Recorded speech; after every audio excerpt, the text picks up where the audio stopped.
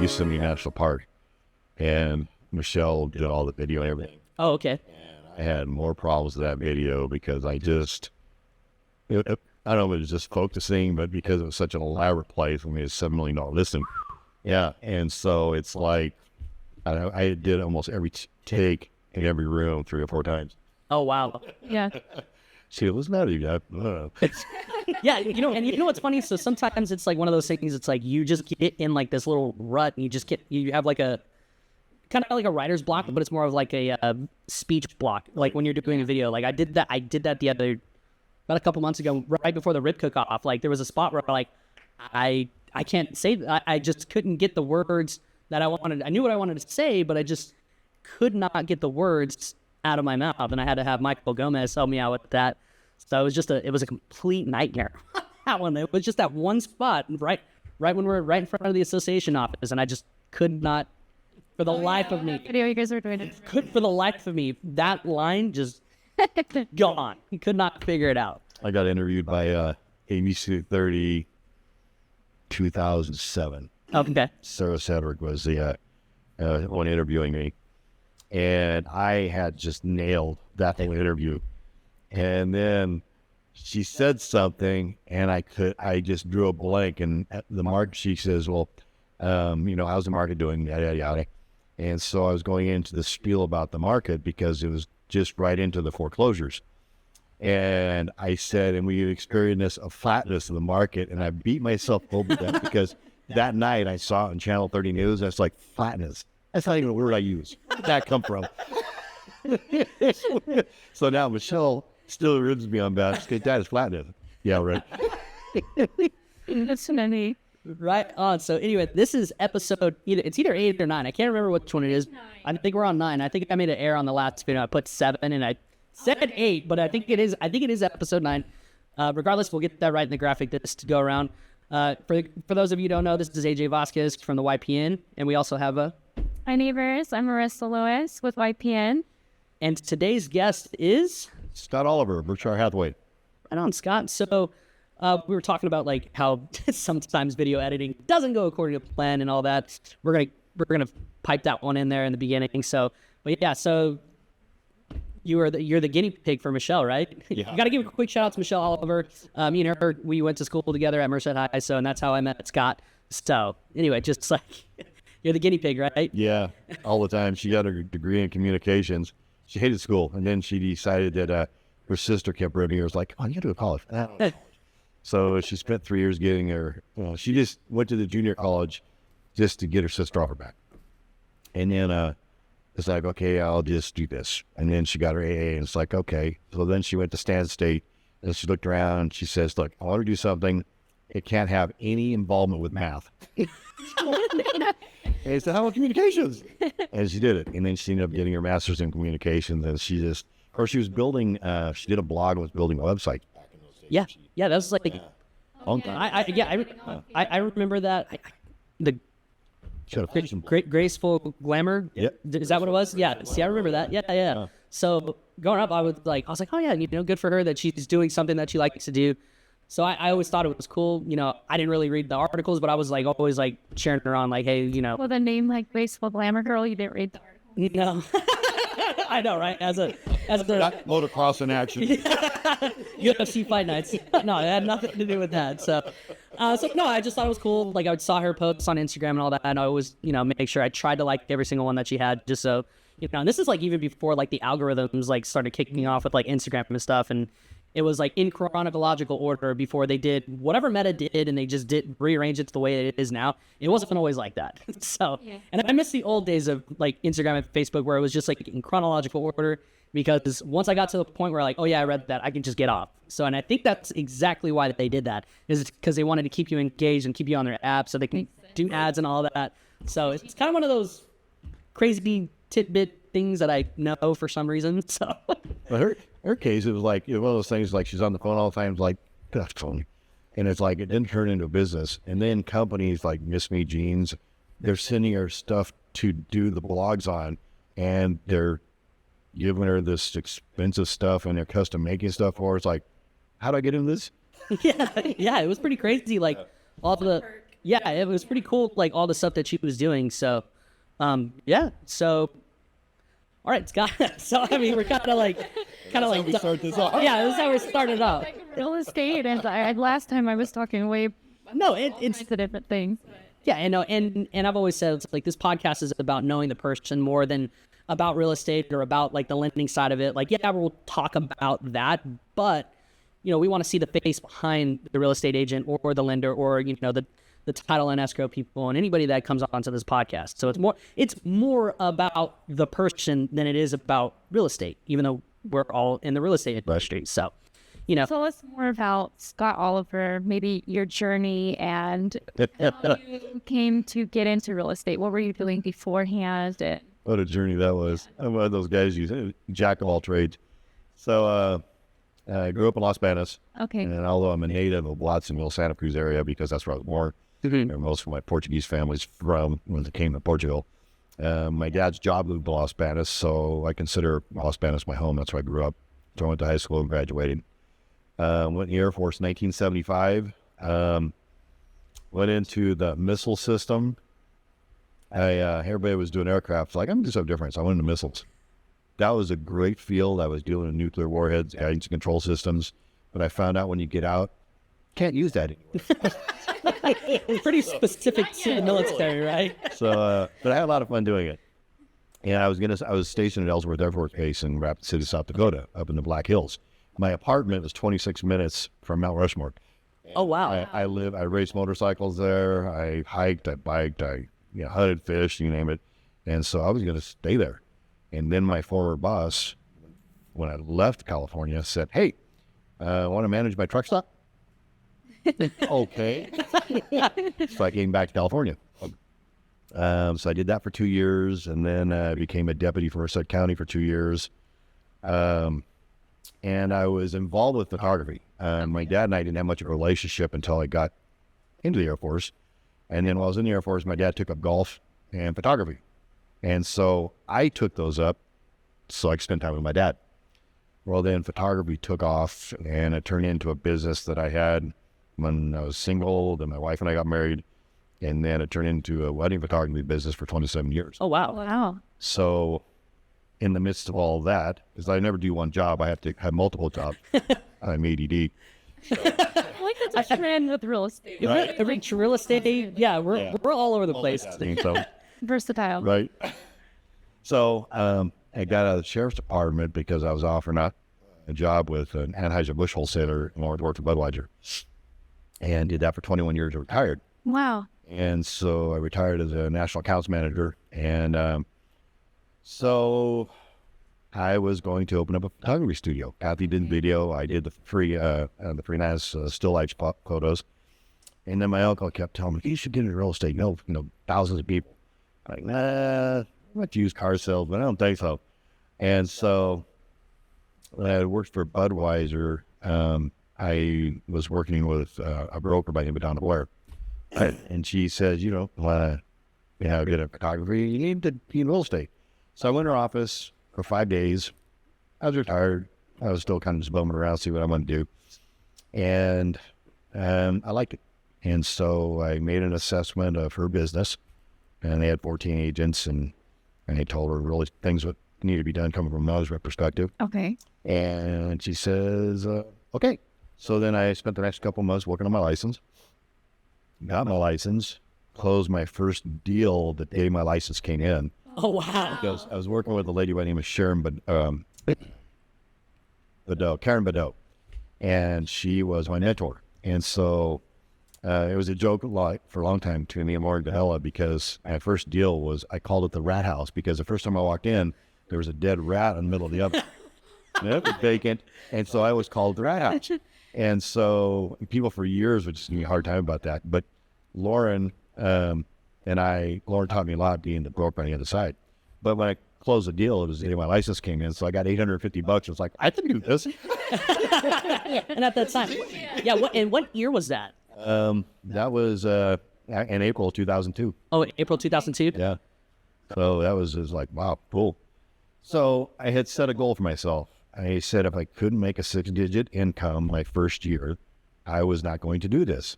Well, here I am 5 months into real estate. It's 2002, getting my feet wet. I knew a little bit about real estate, but I should know. And as it turned out, I closed 23 deals and made 105,000. So Pretty close to what your goal was. Yeah. So my uncle told me, he says, you have to find your own niche. And I said, well, how do you do that in real estate? You just have to find your own niche. And he gave me a bunch of examples. So I literally spent hours driving around town looking for houses that were blighted. And so on Alexander, there was like 12 of them. And so I was doing background checks. Debbie Breath was my escrow officer. I'd known her husband because he was a store director for Save Mart. And so I just kind of transitioned having Debbie do my escrows. And so she ran property profiles for me and background and stuff. And so literally every one of these properties had owners that were second, third generation living out of the area. And I almost picked up all 12 of those properties. Wow. So, and one of them I sold 5 times. Go figure. So yeah, I was like, it set the course for me. Yeah. So then I was with Blair 2 months, and she says, well, I want you to be my general manager. Okay.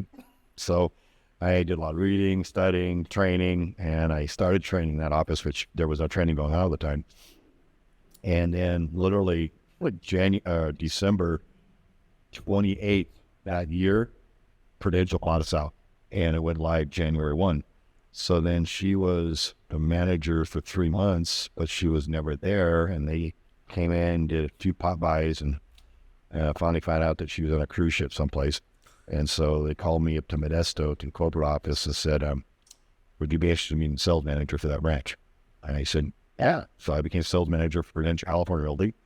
Went on to buy out Red Carpet Realty, which is off in Yosemite, where all the doctor's offices are, across the street from the promenade. Oh, okay.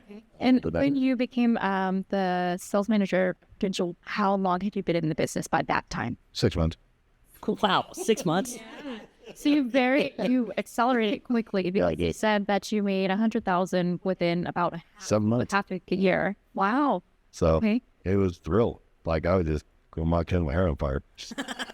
Didn't know what I was doing, but I did a lot of training. So I was doing training and I was reading a lot. So that helped. But just the mechanics of, I had to teach myself the contracts. So I was reading it over and over and over again. It's like, what is this? And then I'd ask my broker, and it's like, oh, you just have to figure it out. That's good. So, that's right. I'm the trainer. So you said you went from Prudential to Red Carpet? No, Red Carpet had an office with about 18 agents, and I put together a package order, bought them out. So I moved from the Blair Realty office on G Street to the office on Yosemite, and that made that the Prudential office. And I stayed with them for about 3.5 years. And literally every month for 3 years, Lauren Ganella would call me, say, hey, why don't you join the office? No, I'm happy where I'm at. And I said, why me? I said, because I was impressed how you handled the rat house. That's the tagline just kept following, which was his listing. So you just give him a little bit of a bad time over that. And then and he says, you're one of the most professional realtors I know. I said, I'm brand new. And he says, you know what you're doing. So 3 years of that. And then Prudential started running into problems.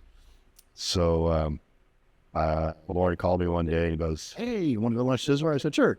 There was a long pause. It was like, are you still there, Lauren? He goes, yeah. I said, are we going to lunch? And I said, well, it's a big silence. And he says, every time you've told me no, right up front. And this time you said, you're ready for lunch. I said, I'm on your attention. Sure. So then on November 6th, 2006, it took about 6 weeks to put a package together. I became his business technology manager. And then I went on to manage it and then be general manager. Nice. Cool. Nice. Yeah, I do remember a post about Michelle actually, shouted that out. I was like, hey, that's how I knew you, was like, that's how I first remember you, as just the real estate agent. And Michelle posted about, hey, so proud of my dad. He's got that. And then, just kind of like, that's where like I first saw your face, was that post, was like celebrating that you were the manager of the Ganella office and stuff like that. So it was always like a nugget in the back of my head. And this is in, what year was this? 2006. Yeah, 2006. So fast forward to 2018, Right? I'm say, hey Scott, I remember you from this and this, and this is how long of a process that was. So like 12 years after that post, I'm messaging. Well, I wasn't messaging you. It was you came into the It came to the bank. yeah. He came into the bank. Okay. I said, hey Scott, what do I need to do first? He told me to hit up Tony Smith, who was the loan officer that we went through. We started that process with Erica was my girlfriend at the time. We were dating for about a year, and we're like looking for rental properties and stuff like that. Everybody wanted an astronomical amount for a down payment or deposit. Correct me on that. And I was like, you know what, screw this. And I talked to her. I was like, look, let's just buy a house instead. Just screw it. Forget whatever people say on the outside noise. Let's just buy a house. Thing doesn't work out, we can sell it. We can get our money, some of our money back. And she's like, okay. And Scott was the guy that helped us out buy our first house. Yeah. Great deal too. You guys made some good equity on that. Oh yeah. So and I was stressed out. I was stressed out, and I was like calling Scott, and Scott goes, "If I don't call you, there's no news to give you. Just leave it out." And I was like, "Okay, I'll trust it." And Erica is like, "Have you heard from Scott?" And I was like, "Scott said he's gonna text or call me if there's anything that we need to do." So she was all stressed out. I'm over here like stressed out, not showing my stressed out face. Like I'm very horrible. I'm still like that to this day. Like things have happened with Maverick. You know, our son, his daycare lady at the time, she had a stroke, and yeah, so she can no longer watch Maverick. And I want to give a shout out to Michelle, because I just saw today or yesterday that she's volunteering in a classroom, so she's finally back into it. So I'm happy for her that she's back into it. But at that time, like, I'm so stressed out about that. Like, man, how are we going to do this? I sent one text message out to somebody named Michelle Koenig, sent her a text. I was like, hey, look, we're in a jam right now. She said, boom, boom, boom, boom, boom. Here's a list of people, of daycare people that you need to provide, or that will do services. Text them. I've already contacted them. And it was... She's a great resource. Yeah, she's a really great resource. And it was Pauline Gomez. She even told me, typically I don't take, kids after August, but something told me that I needed to, take them in. So, by the grace of God and everything like that, it was like a smooth transition. And it was just one of those crazy stressors that I'm stressed out I'm not stressed out on the outside. On the inside, I'm like crying, like, dear Lord God, like, help us out here. And Right. lo and behold, Erica's like, how are you so calm in that? I was like, I wasn't. I just don't like to show that I'm stressed out very often. So, and that's just a little tidbit of me. So, and then with you, I'm like, I kind of trust Scott in this. I'm gonna trust him. Very confident Yeah, in what he does. absolutely, absolutely. So, Doesn't pay to get excited. I do that at home. I get excited, and then Kathy calls me. How do you balance having? So you said I haven't known Michelle from. I didn't grow up with them. I know you said that she had a sister. So do you have two daughters? Yes. Okay. My oldest daughter, Stephanie. Okay. And she went down to Azusa Pacific, and that's where she got her education, and she met a contractor. And so my son-in-law's in construction business out there. So they live down in the Pasadena area. And 2 grandkids. So nice, Nice. yeah. nice. So you got your license in 2002. You saw the failure crash of the housing market in 2008, and then now you're That's only part of it. yeah. I became president in 2007. Yeah. And I'm the one beating the drum that it's a great market because I got interviewed so many times by Channel 30 News. And Kathy's aunt lives in, the south of us towards Fresno. And I saw, you just paint such a big picture of all things. Like, well, you don't want to paint the doom and gloom. Yeah. So, reiterate, we always have this conversation, like, what is the biggest difference between 2008, 2009, that whole era, and then today? So 2008, it actually started in 2006. Right. Was when the market, 2005 was the peak. And then literally the next day, 2006, then the foreclosure started getting filing and notice of defaults. And that's one of those things where I kept in the back of my mind, my uncle used to tell me, always be looking down the horizon 2 to 5 years to see what's coming your way. And when you see the change, start studying that change then. So I got a hint of short sales and didn't have any knowledge of what they were. So I started studying up on it. And then the word foreclosure started coming in, and REO, and all that good stuff. And so I started studying that. And then a friend of mine told me you need to reach out to the banks. So I started making phone calls to banks, to asset managers, and literally I bet you I called 20 of them and wasn't getting back. And I heard that you had to be on these platforms and you have to put a bio in there and really build yourself up to show what a professional you are. They had to show the properties that you sold to show that you actually did this stuff. And I actually had a good lineage of properties that I had closed, listed, and sold. So the first bank that reached out to me was GMAC. And they said, hey, we want you to do a profile on a property in Atwater. So I went out there and did it, and there was another agent signed on the property, which kind of threw me. And so I did my very first BPO, and that was fun because it took me 5 hours to do it. I'm thinking, I'm not going to get rich doing this. They paid me $125 for it, though. So I did that, and then the asset manager was one that not a lot of people liked, but I came to have a lot of respect for him. And we had this mutual respect, and he funneled probably 300 properties to him in 5 years. Oh, wow. So his name was Dave Plumpton. And anyway, he had fired the previous agent because paperwork wasn't getting done. And then they made me the primary agent for GMAC.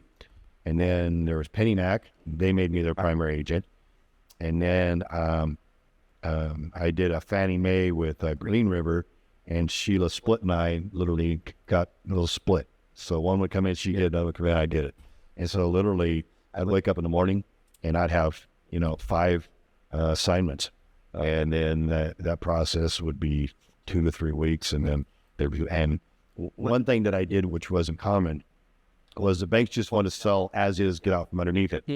And I had several communications with Dave Plumpton that said, look, you're leaving money on the table if we don't fix things up. And so one day he says, Scott, I want you to go out there and assess what it's going to cost to renovate this house, because they wanted to put it on the market for $136,000. And I said, this is a 225, 250 property held on. And so I put the package together. He approved it. We fixed it up. We dumped like $30,000 into it and sold it for $250. And so once he saw that, he started letting me have freeway. It's interesting. The problem with that is you're fronting the money. So, but they're paying regularly. So you have to trust that the asset manager is going to process the money and they usually pay at 30-day intervals. So you spend $30,000, you get paid for 30 days.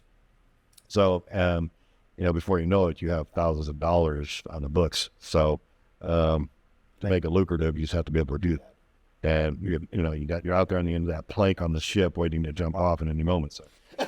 Yeah, right. It's like it was a really doom and gloom years, I should say, because that was, people were doing some very extreme things to the house, to themselves, and it was just like, it was a really crazy time. And I know when my dad was like going into it, and he was getting phone calls, and I think I've said this on the podcast before, he was getting phone calls like, oh yeah, we're gonna drop your payment, and this is like in 2005. He's like, oh, we can drop your payment, and it's interest only. And my dad's like, why would I do that? So there was a lot of things that go along with that. And he's like, why would I do that? Like, what am I going to pay towards the principal of the loan? Like, that's how loans work. We're questioning that because they're paying now a cheaper payment. Correct. They weren't questioning or actually putting the dots together. Correct. Causing a cost down the road. Yeah, correct. So it might have dropped. I think his payment was like, let's just say $1,300. It was going to drop into $600. So that's like half. Right. So a lot of people are like, oh, I'm going to save half the money on this. Yeah, I'll do it. My dad was like, yeah, it's very attractive. My dad was like on the offense or on the defense, like, well, that doesn't make sense. What about the principal? The balance is never going to go away. Right. And those people that he kept, I was like, well, your payment's going to be cheaper. Your payment's going to be cheaper. It's like, that's cool. What about the balance? Overall. And he's like, nah, I'm not going to do that. And then, hindsight being 2020, he saw what was going to happen. I'm 16, 17 years old at this time, and we're seeing house prices start to go up, and it's like, why are these house prices going up? And then like, lo and behold, you see the dip, the big dip. My dad's like, well, I don't think we're moving for a very long time. So it took a while, but with due time, assets always do come back on the rise. So it's like, even in that time, I'm sure like people who bought it that very high, now it's right back to where it's at. So people got to keep in mind, like, it's a long-term investment. So real estate 9 times out of 10 is the best investment you can make. Correct. But you may have to be patient Yes. because it always rebounds. Correct. And a lot of people don't see that short term. So Yeah. That's like lifting up a weight and expecting to have like 20-inch biceps. It takes time. It takes time. I mean, it's like the one tried and true, like over time, even if it takes that little dip, it will go back up. well, even back in those days, we saw 65% of all realtors leave the business and lenders. So what ended up happening was the survivors, which is what we call each other, there was just a handful of us, we were getting all the bank business. It was insane because literally my asset manager's in Orlando, Florida. So I'm doing BPOs. My day would run like this. I would get up at 5:30, 4:30, eat breakfast, get to the office, and start running all the assignments that I got, doing BPOs and everything. Is do the BPO to assess the actual price that they think they're going to get. And then sometimes they would send it to the auction block out on the courthouse steps, and you wouldn't get it at all. But I would spend all day doing that. I would get home 7, 8 o'clock at night. I'd have dinner, play with kids, sit down, watch TV a little bit. They'd all go to bed. At 10 o'clock, I start doing my next round of BPOs. I'm doing that till 2 o'clock in the morning. And so when I'm sending my final BPOs off at 2, Dave Plumpton's emailing me because he's just getting in the office in Florida. So literally you're working around the clock. Yeah. And it was good to us. It set our business on fire. Could I go back and do that again? I'm not sure I'm going to do it. It was insane. But it was healthy to a certain degree. Yeah. But the market changed so much. I mean, when I got into real estate in 2002, an average marketer said had 300 to 350 listings. Where were you telling me this? And they were 6 months on the market. Days on market was 6 months. By 2005, it had dropped down to where there was less than 100 on the market, and days on market were 7, 8 days. Yeah. I remember them flying. Yeah. I remember all of that, especially in Merced. It was just like, whoa. And I've always been fascinated with like real estate industry. Well, my mom always goes to open houses like next door. We're going to go to this open house. I was like, why are you going to this open house? And then come to find out now it's like, hey, there's an open house down the street, honey. Do you want to go to it? And like, see what they're doing and what we can do to ours and improve the equity. It's like, now I'm like, I'm turning into my parents. It's that progressive commercial. Don't become your parents. Right. Yeah, no, I am becoming my parents. I'm okay with that. Yeah. So the market has changed now. Where like today, every morning, that's one of the habits I get into. I get on the MLS, see what the stats are, because somebody hits me with a question, I don't know, we blindsided. So we were under 100 for so long, and then we rose up to about 123 to 135 for several years. And then we finally we had this glitch happen right after COVID. We went up to 197 listings. Now today we're back down to 148. Water's at 38. Days on market's 20. So that's not bad. So I can't complain, because you think right now with what's going on with the real estate and this lawsuit settlement, that things would be sitting out there for a month or two. Yeah. Because there's so much uncertainty for buyers. But we're still at 20 days on market. Man, that's incredible. 20 days on market. We have seen a difference in pricing. So 3 months ago, we were at 425 average price, average sold price or list price. Then the month after that, we were down to 420. Last month, we were back up to 422. So we're still, and for a long time, we've been in that 409, and then we got up to 425. So we're still kind of in this area where we're between 4 and 425. Okay. So Go ahead. I was going to say, tell me a memorable story that is something that happened maybe with a client or with showing, maybe not a rat, but something. That was memorable. You have another one. There's so many of those going over time. I mean, several times, like during the foreclosures, you just never knew when you walked into a house what was going to be on the other side of the door. Sometimes a whole cluster of people scatter out the back.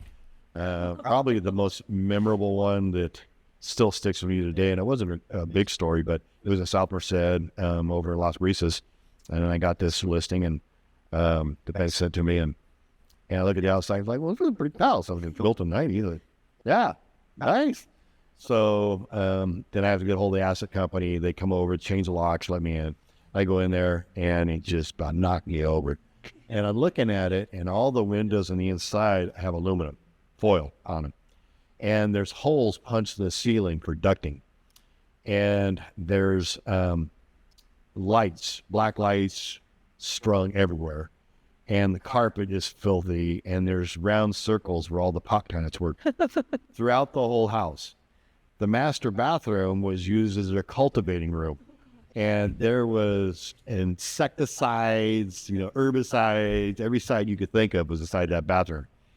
And I remember I could never get that smell out of my clothes. It was so disgusting. And we had to renovate that house. And it was like, oh my gosh, but it turned out really nice when we were done. But it's like, you look at that and you just can't see the light at the end of the tunnel. Man. Yeah. But that's how they got popped, because they were stealing electricity from the neighbors. Got called in, and they're naturally cops are looking at it, and then they're watching all the traffic go in and out, and then they finally popped them, took the plants out, and Scott got the listing. He'd have to clean up. Yeah, we did it. So what is one thing, like, for current homeowners that you would recommend to renovate? Like, if they're short on, let's say that they only have about $5,000 to $10,000, what is the first place that you would recommend them to kitchen? You can buy a packaged stainless steel lower to medium end set of appliances, which is some of your dishwasher, your range, your microwave, for about $2,700. You used to be able to get that same package that included the refrigerator for $2,700, but now that takes $3,500. So $3,500, and then it costs about $99 per appliance to have them installed. Mm-hmm. That's a cheap renovation. And then, typically what happens is when a couple goes into a house and looks at a house, the male is typically interested in what's the garage look like, the shop, is the backyard, doesn't have a patio covered. Other than that, is there a place for me to plug in the cooler? We're good. The wife, on the other hand, is looking at the kitchen, and then we go all the way to the master bathroom. Not all the way to the master bathroom, and see what that looks like. I'm having flashbacks from 2018, by the way. because we're talking about pull that cabinet over the counter. Yeah, right away when you first. Yeah, I was like, oh man, we got to do, because at my parents' house, that's how it was. Like, they didn't have the counter right there, and then for the cabinet, Right. So they didn't have that. Luckily for us, we're not very tall, so that we kept it in there, and we had more of a legit, like, breakfast bar type thing compared to my parents' house. So it kind of made sense. Like, and we just left it. So we left that. But the first thing I said, I was like, I could put my bar right here in the garage. I was like, I could put my bar here. I could put a TV here. I was like, this is my spot. Like, and I remember when we first walked outside, he goes, "That's where I'm gonna put my shed." Yeah.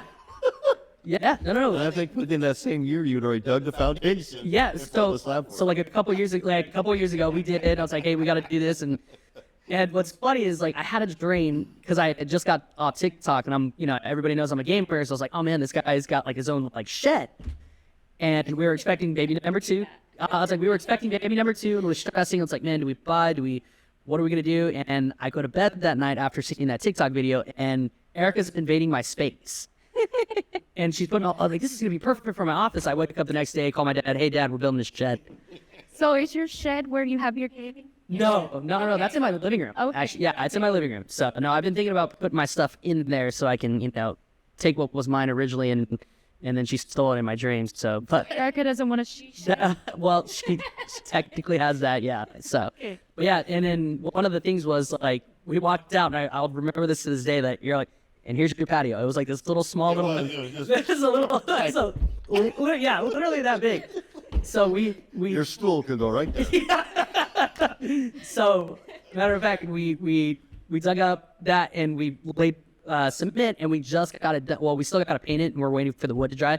But we just put a back patio up, so it's like one of the things. Yeah, so it's one of those really nice things. Like, worked on it, a lot of sweat, a lot of It's a blood sweat. Oh, it's a big process. It never stops. No, it doesn't. And like, we're doing all this, and then my sprinklers go out. And I'm like, oh Jesus, now I got to do this. And then it's like, the front ones aren't working. Okay, what do we get? Okay, let's do this, fix that. And it's a never-ending project. But you know what? Honestly, And it's exactly. It's our projects that we get to do, and it's all this. And the next step is the kitchen, and that's why I wanted to, bring that up. It is working on the kitchen, and there are many different ways that you can do it on a budget too. So like our cabinets are still good. Sand them, paint them. We're gonna get new countertops. That's gonna be the most expensive part. I think it's gonna run around $3,100 to $3,500, depending on the material that we get. But yeah, it's the best thing that you can do is the kitchen. One of the things that I do is, and actually it's kind of known for this, is project renovation. So I become a project manager. I never list a house as is because I explain in my listing presentation, you're leaving money on the table, this is why, and I go over all the steps in my presentation. So typically before we list a house, I already got my pest report run, we've knocked out all the pest stuff. Any paintings we did, we've knocked that out. If the people are still living in the house, then we'll typically wait to do any other renovations, except maybe we might go ahead and update the kitchen just for the appliances. But a lot of times they're already making plans to get a new house. So in that process, we were already built into the escrow, any flooring and stuff like that. So typically we're getting top dollar on everything. And that is what kept me busy. Cause I'm a listing agent by nature. Literally 95% of everything I have done is listings, which I credit my uncle for that because he told me, he says, you always want to be a listing agent. So that's how I marketed myself. Yeah. So matter of fact, those houses I picked up on Alexander back in the day, I listed most of them. I didn't. And then a lot of my double ends, it's because they were so run down. Contractors friends of mine were buying them to renovate. Oh, wow. So, yeah, those are good days. But yeah, that's what I do. I make sure that we do upgrades and don't leave any money up. Yeah, I think Andy Krodick even said, if you don't list, you don't last. Right. That's what he has said, and I'm like, whoa, it's a pretty good analogy for that. So, Well, if you think about it, if you're representing a buyer, you're chasing houses all over the place. yeah, It's exhausting. And then at the end of the day, they might say, oh, take me to subdivision. And then you ever frame over subdivision, they go on their own and you lose the deal. Listings, even no matter whether it's a seller's market or a buyer's market, you're still going to be successful listings because they're going to sell. At some point, they're going to sell. yeah. So, Yeah, I mean, well, and we brought up the NAR lawsuit, and one of the things that I think is a benefit is like the buyer's agent agreement now. That at that point that you have that client for the next 90 days, which I think is really great. So it's a culture shock for a buyer because one thing and I've been training the buyer rep for him for literally 6 months. Every Wednesday, that's what I'm doing, and all the supporting docs. And even today, we did discussion review and a couple of changes because you start picking up things when you're signing up in files that you see wrong, and everybody's missing certain points. So today I had to ask a question, and it said, does everybody in here know what the clear cooperation policy is? No. And I said, yeah, you sign off on it in every contract. Well, so part of that training is we end up skipping by that. And so they just kind of determine what that means. Today, I basically laid out the NAR policy, the CRMS policy, and the documents that are you're supposed to check off on or not check off on. And it was a full education on just that policy. And so that's what I do always is I train. So Tuesdays we do training, Wednesdays training, sales meeting training, and then Thursday we do a sales meeting show run at Modesto office via Zoom. So it's just 3 days a week we're doing education. Yeah. That's where it's at, Evan. Yeah, and I know Maria Ramirez in your guys' office has told me about that. Brian even has mentioned that too. He's also part of the YPN. So Brian's awesome. yeah, Brian's an awesome dude. Yeah. Brian's a really awesome guy. Like I really do enjoy his company. He's really like grounded. He's really like he's very faithful too, which is amazing. So Very sharp. He's a very sharp kid, and he's going to be very successful in this I industry. think his previous broker didn't see his potential, and so when I interviewed him, it's like, well, I spent 2 years there. What kind of business? None. We basically had him as a gopher. So his third month with me, he put a deal together, and then the fourth month put another deal together, and now he's just rocking and rolling. Yeah, He's very sharp, and it's really a blessing working with Brian because I tell him something one time, I never have to repeat it. yeah, and good for him. And what's good for him is that he's young and he's learning it at this, so it sticks a little bit easier. I can attest to that. 'Cause when I was younger, it was easier to retain things. Now that I'm a little bit older, it's like I got to go over that again and again until I actually get it. So I've noticed that, like, for myself. So if you're an aspiring real estate agent, you're wanting to get into lending, get in as young as you can. That way you're able to retain all this information. And by the time you are at that like 24, 25 age, you can be as successful as you can be, and then potentially retire early too. Yeah. I think that's the goal for everybody, is to retire young and, you know, enjoy the rest of your I life. say, but everybody that I know retired early went back into the workforce because they were bored. Yeah, I should reiterate, like, get to the point where you can retire and then do Things that you enjoy. Right. right. I don't know. It would be nice to have some passive income coming in. Absolutely. Working. Absolutely. But more traveling and spending time with your grandkids We need and travel. doing things, you know, that you really enjoy. Fun stuff. Yeah, where's your favorite place to travel? You know, for 20 plus years, see, in 1988, I sold my ski boat. My oldest daughter's 2 years old when we bought our first fifth wheel because my in-laws had a fifth wheel. Okay. So they were our traveling companions for years. We're on our fourth fifth wheel, but for 20 some odd years, we traveled the U.S. everywhere. We would just 10 days, 14 days, go see the sites that we hadn't seen. So we went all over the United States. So now since COVID, we realize there's a lot of places in California we haven't seen yet. Really?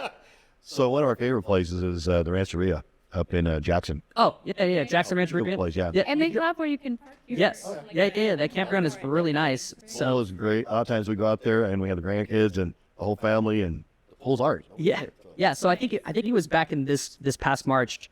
I went up on a Wednesday, sunny, and I went up there because my parents were there for the week, and I think it was Easter break. So they usually they pick up the spot, they go there Easter break. So I go up to Jackson Rancheria.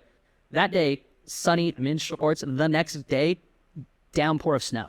Oh, Yeah, it was crazy. In the mountains, so Yeah, it was crazy. It's like, and it was March too. So I'm like, did Matter you of- get chains?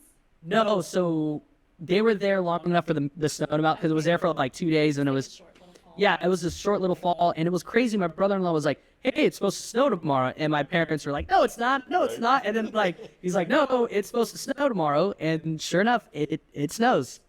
It was wild. And then I texted my mom, "Hey, how's the snow?" And she's like, "It's cold," and I'm like, "Yeah, that's typically how snow works. It's cold."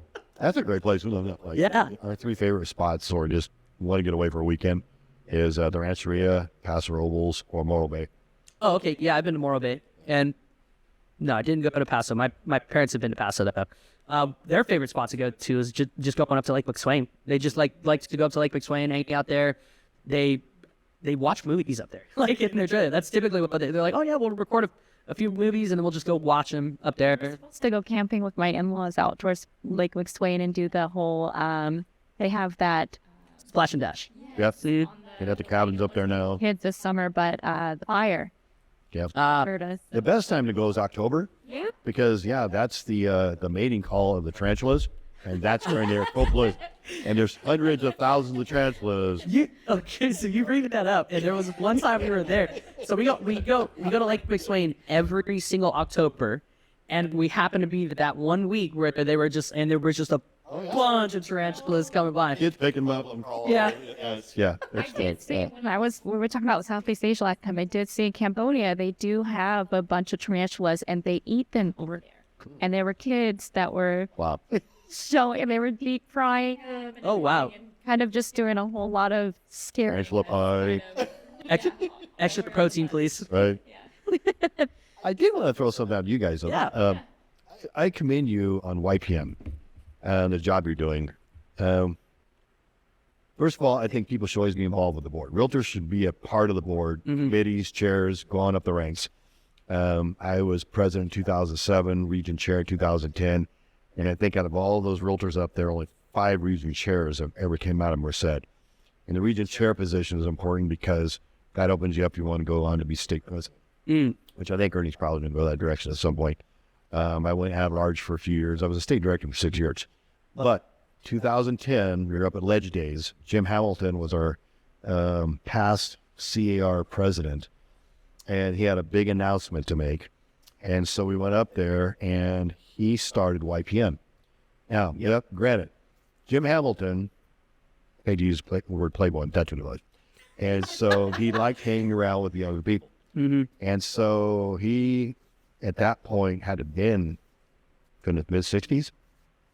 He put YPN together, and it was a block from the convention center. And I bet you there was 2,000 people for the very first YPN meeting at Ledge Days. Oh, wow. It was a crazy thing. Matter of fact, my daughter was working for the Arcadia Association of Realtors as a CAR NAR trainer. Stephanie or? Stephanie, Mulch one. And she had to be the note taker, mediator, moderator for YPN down there. And that's an association that has 2,200 members. Lots of young people. So, and it had its stumbling blocks because it turned into, Jim was a party person, so YPN was a party community. And they kind of took it on the chin a few times back in those days. But in the last 5 years, hands down, YPN has really become a professional network. Said, I think you guys do a phenomenal job. Yeah, I think AJ had touched on that a little bit, that he was kind of concerned about getting into it because he thought it was going to be kind of like that type of thing. Yeah. And I'm kind of like, I'm a mother of 5. Nope. Yeah, not into that type of lifestyle or anything like that. So I like the fact that we do focus on community events and more family friendly. We even had a mixer, like a family just event where we took the kids bowling, all of our children. I'm sad that I missed that because I think I had something. I think it was just me with the boys, and that's why I couldn't go. Because, like, man, I tell you what, my youngest is a kamikaze. Like, this kid has, like, 0 fear. Yesterday, he just fell off a bike, and he was crying, and then he got back on the bike and just fell again. And then got back on the bike again and fell again. And I was like, dude, what is your... That's how we grew up. And I'm like, oh, man. And, like, second child. Like, let me get you a Nerf outfit. Yeah, it's the second child. So that's why I'm like, he always keeps me on my toes. That's why I'm like, I'm not into that, like, party scene anymore. Like, this because of those two. Like, and, you know. And I think being involved is very important. Yes. I had 3 mentors when I got into real estate. Charles White was a past president. Carol McCoy was a past president. And then Gail McCullough, who was on many committees. And they took me under their wing and said, we're going to make a leader out of you. And so my first Ledge Day was 2003. Oh, okay. 2004, I became the committee chair for RAF, which this is my 20th year doing RAF. Probably my last. 20 years is, enough. Seems like 20 years is... Realtor Action Fund. So all the pictures over there on the board in the other cubby, that's all Realtor Action Fund. Okay. And then in 2005, I was asked to join ORPAC, which is another part of the PAC, so like RF.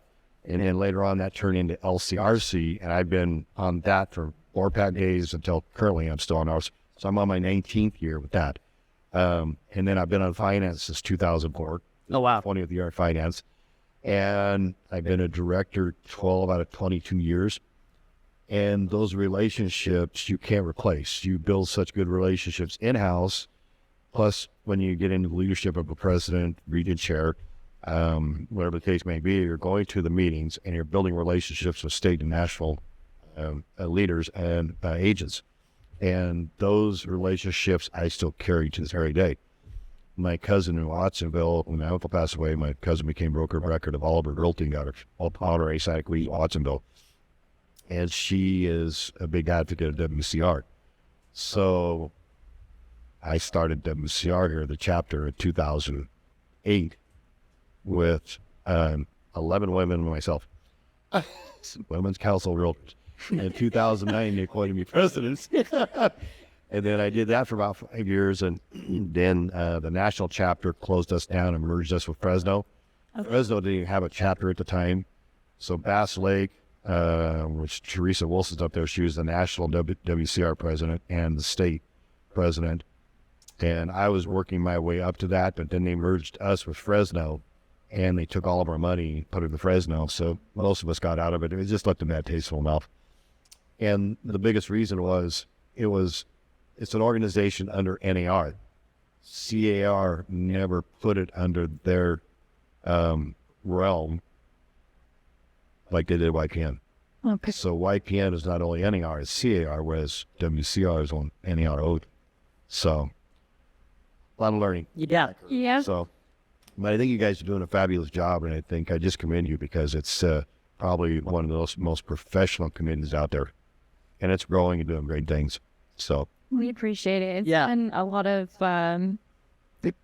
growth for us. Yeah, there's a lot of growth in Fun involved in that too, but I think partnership that's great. and really getting to know each other. We talked about different strengths that we all have and everything. I think it's been a really You guys do well. We try. We try. That's the best thing you can do. Yeah, so that the events, like the events that we did, we went to leg day, we did the cornhole tournament, we did the golf tournament, riff cook-off. happy at Ledge Day. And so Yeah.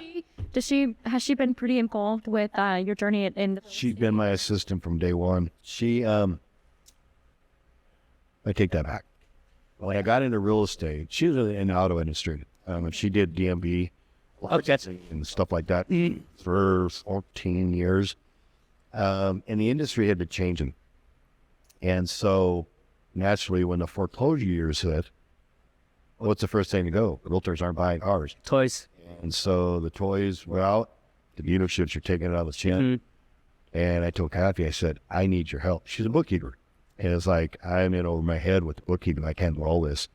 And she said, but I'm getting a regular paycheck. I'll pay you. Yeah. She didn't find comfort in that for about 6 months. So then in 6 months, she saw the writing on the wall with the auto industry and saw I was struggling. And she says, okay, let's try it out. And because she was doing all my bookkeeping for accounts receivable and payable, that took half of my responsibilities off the plate.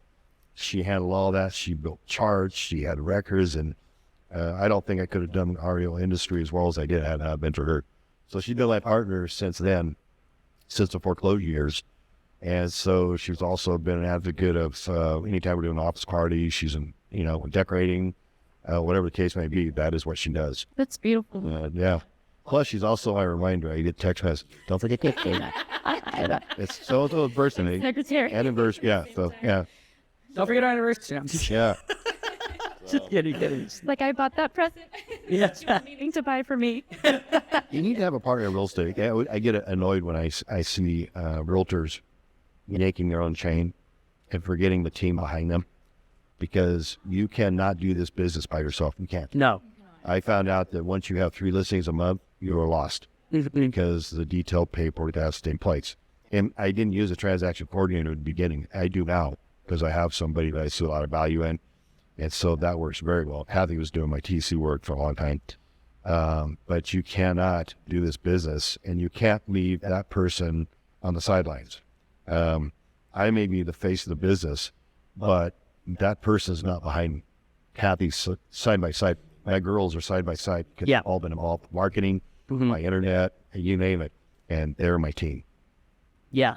So just to touch on that, Kathy was at every single real estate thing that I were with me. At Ledge Days. Yeah, she was at Ledge Day. Yeah, she went to everything. So, and also showings, she's there, she was there for me and Erica and with Scott, and it's just Kathy was always there. Honestly, Kathy's the face for you. She really is, because every time. But every time, Kathy would come into the branch, and I'd always, I think Kathy would really enjoyed coming to meet you, because I was I was always hey, Those are favorite people. yeah, Her favorite. I was one of the favorites. Shout out to Kathy. So no, and it was, I always took care of any transaction that you guys had, always made sure yep, they're good, and hey, we need. Inside we need to override. Yep, we can override that, no problem. And it was just one of those things. Just you do the little things, and it does pay off. And and that's how Scott got the call from us. Hey, we want you to represent us. So that's how it's just building relationships. It's the networking too. Yeah, networking. It's always. I always joke. It's not what you know, it's who you know. That has a lot to do with it. You still need to know a lot of it, especially in this industry. But it is absolutely who you know in this I'm an advocate, and it's an old real estate rule, but they just don't use it. When I do a deal, they're now my family, part of my unit. So getting cards from me, getting coffee, we go to lunch sometimes, breakfast, or occasionally we eat. And I have clients that when I started in the business, I had one client that had been in the business now going on 23 years. And literally it started out with him and his wife. And now I have sold all the kids. I have literally done, this year was the 23rd transaction in their family. Oh, wow. I've done always about a deal a year. Yeah. Oh, wow. Yeah. So, I mean, It's 23. some I didn't do in a year, but sometimes there was 3 in 1 year. Yeah. But I mean, it came up. About one a year. Yeah. So, and those are the types of clients that I have. And so I'll be sitting there because I get the ops about 7 o'clock, 7:15 in the morning, and I start doing my stuff. And that client usually comes in once or twice a week, brings my candy dish. We sit down and harvest. And it's like, you just came from the gym. Yeah, but you have candy. Okay. You're conveniently right next to the gym too. So I just Speaks to who you are to people want to return business with you again. It's because obviously they were satisfied with the quality of work that you do, the relationship that you. And I think the relationship's the biggest part because even now there was a situation where his daughter ran into a problem with home warranty, and I got wind of it probably 2 weeks, 3 weeks in. I called her. I said, "What's going on?" She said, "We don't pester you this because whenever you're busy." You know that. I'm never too busy. Well, I said, "What's the story?" Well, the warranty companies just they're pissed around. And it's like, okay, see, I have the contact. You don't. Let me handle it. Yeah. So I made 2 phone calls. 30 minutes later, the $1,500 they were going to spot her for the work that needed to be done is now $7,100. And they were ecstatic. They said, "Scott, we'll never do that again. We'll come to you." Yeah. I have built relationships with even my ancillary services over years. And so they know that I've invested, like Ellen Peterson. Every program she came out, which was the best program, I bought into and I used with all my clients. And so because of that, I was one of the people, and a large group of people, I was a smaller portion of it, that got her awards because of the commitment I made her. So in return, when I have problems, your commitment is to help me. Yeah. And she always has. I had probably, Great. yeah, I've had 6 or 7 instances over 22 years that were catastrophic. And if it wasn't for her, they would not have ended well. So She helped out one of my clients that had a AC issue after they had moved in. So I think she was on vacation too. At the time, I emailed her and she responded right away. I talked back to my client. I can't be heard from her. And sure enough, she had already called and checked in with her. So I'm like, people say that real estate agents don't really earn their keep. One of the commercials I see online is really funny because it's so spot on. And the thing that I think is not spot on, this agent says, I'm worth $20 an hour. So at the end of 30 days, everything that I do is now $18,200. My only problem with that is I don't work for under $100 an hour. And I feel that most top producers are in that attorney's fee of $250 to $350 an hour. So if you're picking me up for a 2.5% or 3% worth of bananas, that's well worth it. And so because we live this, you don't just put a deal together and walk away. This is our life. And the foreclosure is actually dictated that because you're working around the clock. Who do you do that for? In any business, who do you do that for? Attorneys don't work around the clock. They have other people to help. Right. So we are dedicated to our clients, and we have to let them know what that dedication means. Yeah, and just to give an example of that, like I had a client call me at like 11 o'clock or he texted me at 10:30. I was like, "Hey, give me about 15 minutes, and I'll give you a call." 10:45 at night, I'm telling my buddy, "Hey, I gotta hop off for a little bit." I'm in the middle of gaming, and I'm like, "Hey, I'm getting a phone call. I gotta take this." So it's like got off, was on that. I think we talked for about 30 to 45 minutes because he had so much concern. And I had to, hey, look, everything's gonna be fine. Doesn't, just talking him down, like, hey, you're just kind of like, you're reeling me back. Hey, no, you're making the right decision. Trust me. Like, hey, look, yes, the payment's gonna be high, but you gotta know, like, in due time, rate's probably gonna come down. We can refinance at that time, and you're gonna be a better payment, and you won't have to fight with other people that are now getting into the industry because they've been waiting for the rates to drop. And I've always tried to reiterate that, hey, look, yes, rates are not that good, but they're not 15, 20% like they were in the past. And when the prices, when the rates eventually do come down, those home prices are going to go up, and you do not have to compete with them, and you just have to refinance your house. When I have conversations with buyers like that, and makes you laugh. The interest rates just hit 7.75. Okay, let me tell you a story. My first house, Kathy and I bought a house while we were engaged. And it was not a fixer-upper. The house was only 6 months old. The bank president of United California Bank in Las Vegas had it built. 6 months later, they moved to Sacramento. We were able to buy it for $1,000 more than what he paid for it. Oh, wow. It was $58,000. So we literally spent, it was a 4-bedroom, 2-bath. We knocked the wall out to make a formal dining room, so it was 2-bedroom, 2-bath. So that literally the day we got married, we were supposed to go to our honeymoon in Carmel. We decided we should probably spend the night in a house together. So that's what we did. But the interest rates when I bought the house were 18%. Yeah. I used my VA loan to get it down to 12. Wow. Yeah. That's And so that was back when they offered a big separation like that. So even when we bought our house and where we're currently living, we paid over what we wanted, but we wanted to be in the neighborhood. And unfortunately, we sold our house for way more than we were supposed to. So we had a good down payment. yeah. And so when I was looking at the value of the house, because the value of that house dropped all the way down to in the low 4s, and Kathy's saying, "Oh man, we kind of lost out on this. We're just not making money on it." I said, "Do you remember when we sold our old house for it?" We more than made up for it. But then over time, I mean, we've been in the house for 16 years. Over time, that house is now above where it should have been. Now we have equity. Yeah. Because we weren't looking as an investment. It was a house that we wanted to be in for a long time. It was going to be long term. The house that we sold, I had a 5-year plan. That was going to be an investment to move up. As it turned out, both girls were born there. They grew up there, graduated from high school there, moved out of the house while we were living there. We stayed there 22 years. So I did not anticipate that. Yeah, I think he did mention that to me when we were buying our first house.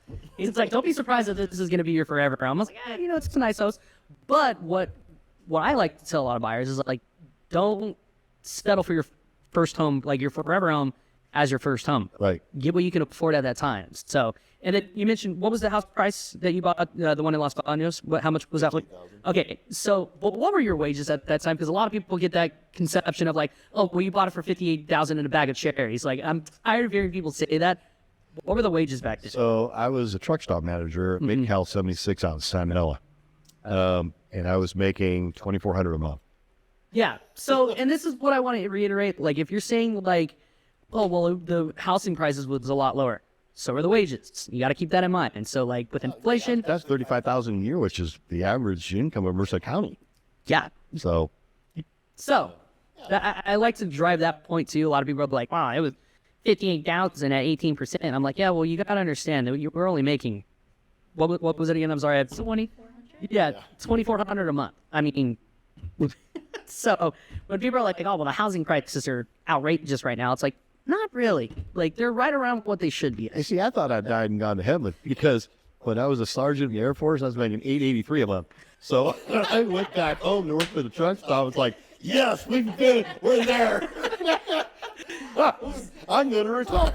I've made it. Yeah, so I mean, I think a lot of people need to realize, like, hey, look, wages were a lot lower. Houses were a lot smaller back then, too. I think I looked it up. Like, the average house size in the 1980s was like 900 square feet. Now they're close to 2,000 square feet. That could be. I mean, our house was 1,200 square feet, and we thought it was, like I said, that was kind of the average in the neighborhood. Yeah. My sister and brother-in-law lived 6 doors down. So, But yeah, so there's a lot of factors on what plays into the housing market. It's not just like everybody just goes off the median house or the median house price. It's like, no, there's a lot of factors into it on why there's increases. Like the average house size was a lot smaller compared to what it is today. So I could be wrong on the years, but like I know that there was like a substantial amount of square footage like my difference. parents bought their house, because they rented their whole life. It wasn't until 1969 that they were actually able to afford to buy a house. But when San Luis Reservoir was being put in, Oh, okay. all the dam workers had to have a place to live. And so they built all the homes on the north end. They got what they call the Gardens and Skylark in Los Banos. When they left, those subdivisions were barren. So my parents were able to buy their first house in 1969 for $16,000. Wow. And it was a 3-bedroom, 2-bath. 4 of us grew up in the house. Poor kids. And I think the house is only 1,500 square feet. Oh, wow. So, and it wasn't a big house. I thought it was huge. But it was a different animal then. 16,000, that's crazy. Yeah. It's crazy to think about the prices, but we always have to, like, I always tell people, dude, the wages were a lot different than what they are now. So. Oh, my mom was a waitress full time before she became hostess and manager. And then she was a professional seamstress on the side. So when they had the May Day Fair every year, it has the second largest parade on the West Coast next to Pasadena, the Rose Bowl. Oh, wow. It was huge. I mean, it was incredible how big it was. And so my mom would sew outfits for all the different restaurants and hire her because they all had a Western theme to go with the May Day Fair. And so she did that. And then plus she was the baker and the seamstress as well. So she baked for other people. Ironically, in 1969, my mother was Mother of the Year in Santa Cruz County. Oh, nice. She was a Jill of all trades. Oh, yeah. She was Jill of all trades. That's a good one. It's funny. She had all these ribbons and trophies from everything she did. And when my parents passed away, my sister and I were both there, I was like, what happened to all this stuff? Well, my mom liked collectibles, so she threw all the other stuff away, I guess. That's hilarious. Yeah. Yeah. But yeah. Do you see yourself in future-wise, 5 years down the road? What are some of your plans for real estate or family? What do you plan to do? I'm almost 68. And I'm probably going to sell real estate till I die. It's fun. You know, it's not like getting up and going to a regular job, corporate job, where it's like sometimes you just want to hate yourself. I don't remember a day, even with the highs and lows, of not wanting to be to work early. Matter of fact, Rodriguez, what's his name? Marcus, yes. Marcus would go to the gym in the morning. And I would wave at him and never think anything about it. And one day after about 6 months of doing that, he says, dude, what time do you get to the office? And I said, I'm usually there 6:30, 7 o'clock. Why? Nobody else opens up till 8 or 9. Like, that's when I get my stuff done. I get to plan my day. I get to get my reports out of the way, and that way I'm available to the agents the rest of the day. And then I block out time for the agents and then my time for going out and doing listing presentation, that type of thing. He goes, man, because I always see your car there. And I said, well, the joke at Ganella Realty, I always had my car parked in a certain spot there for years. And if my car wasn't parked there, I'd get a phone call from usually one of my friends like, are you sick? Why? The car's not there. Sorry. And then when I left to open up the Berkshire Hathaway office, Ron Scanlon always wanted my parking space. And he parked there and somebody wrecked and told him out his car. They went right through the brush, the hedge, took out his car. It's like, man. Oh my gosh. I dodged the bullet on that one. Wow. That's crazy. That is crazy. Well, I think that's about it for today. So, Scott, how can people reach you? Instagram, Facebook, cell phone, when you want to shout those out? Everywhere. I'm on TikTok. You're on TikTok? I'm on TikTok. my marketing professional. My daughter's up on her. So, when I heard marketing, I heard marketing professional. I already knew who that was. So it's like, yeah, I'm out there in places I probably don't even know. But I'm pretty active. So it's funny because on there it tells you if you're a top, what do you call it? Not a top producer. When you post stuff all the time, there's a title for it. I forget what it is. And so every now and then I'll see posts come in. It's like, you're a top performer or whatever, a top performer. Top badge or something. I don't know. Yeah. Because I spend so much time on there. But I don't spend a lot of time on there. I post stuff. I used to post stuff to my business page. And it really didn't get a lot of hits. Yeah, that's what I'm starting to notice too. And because I think what happened is I think the way the algorithms work now, Facebook is starting to target some of these things. And so now I always do anniversaries, birthdays, stuff like that for my agents, and post them on there. And I get a lot. I put a LinkedIn and Facebook and usually Instagram, not TikTok. And so I get a lot of traffic. And so my hits are really high. And it's not usually stuff that I'm posting for myself, but it's stuff that I post for my other agents. Gotcha. So. Gotcha. But where can we find, like, what's the handle for Instagram? Like, mine's the gaming lender. So, like, what's your username? That's a good question. Yeah. Michelle, we need your help for this one. Probably you just, put my name in the search engine, I'll pop up.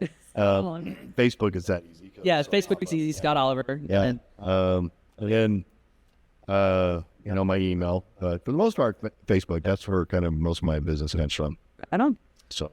Well, Scott, it was a pleasure. We loved having you on, and maybe we'll talk more in the future on the podcast. Well, I know we'll talk more in the future outside of this, but maybe we'll have you on again later on. So that's going to do it for this episode today. Thank you guys very much. And like I said, we got events. Let's talk about our events. I know that this is going to be posting on Friday, so the next day we're going to have Raise It in Health, which is September 14th on Saturday. We are working on a new date for the Tahoe trip. We had some runs there. Esmeralda Soria, she's going to pay 18th. The 18th. And everybody should be here to question. Yes. That is This is all wonky. That is a big one. we have the Great Gatsby Gala fundraiser. That is on the 20th. Friday, September 20th. We have something on in October. I can't remember what that one is. Top of my head. I know we have a smooth fundraiser we're doing. Oh, yes. The toy drive. Yes. The December 1st toy drive with Schmooth out of Atwater. The November 16th is going to be our Tahoe trip. We're probably going to have to... If you and... Let me interject on it. We're probably going to have to switch the date on that. So, yeah. So there's something... We're working on to be determined. Where the original date was November 16th. We're gonna have to figure that one out. Okay. There were some hiccups, so we might have to reschedule that one. We're hoping to keep it either the week before or the week after. So to be determined. Able to join us. Yeah, Tahoe's a fun trip. That was a fun trip. I heard it was a blast. It was a real blast. Last time, I don't know if I was with my family at the time, but yeah. I think you were with your family at that time. Yeah. So. But yeah, it was a fun time. I just remember the whole ride up. Erica's all nervous, like, you need to be on your best behavior. I'm like, all right. Well, what exactly does that mean? She can make sure I'm on my best behavior at all times. So, well, thank you for inviting me. I appreciate it. Yeah. Any shout outs that you want to do? Kudos to YPN, Marisa and AJ. Actually, this was really a great platform, and my wife. My partner, my teammate. So, my family means a lot to me, and they do a lot for me in the business. So thank you for the opportunity. Yeah, absolutely, Scott. It was a pleasure. Yeah, thank you.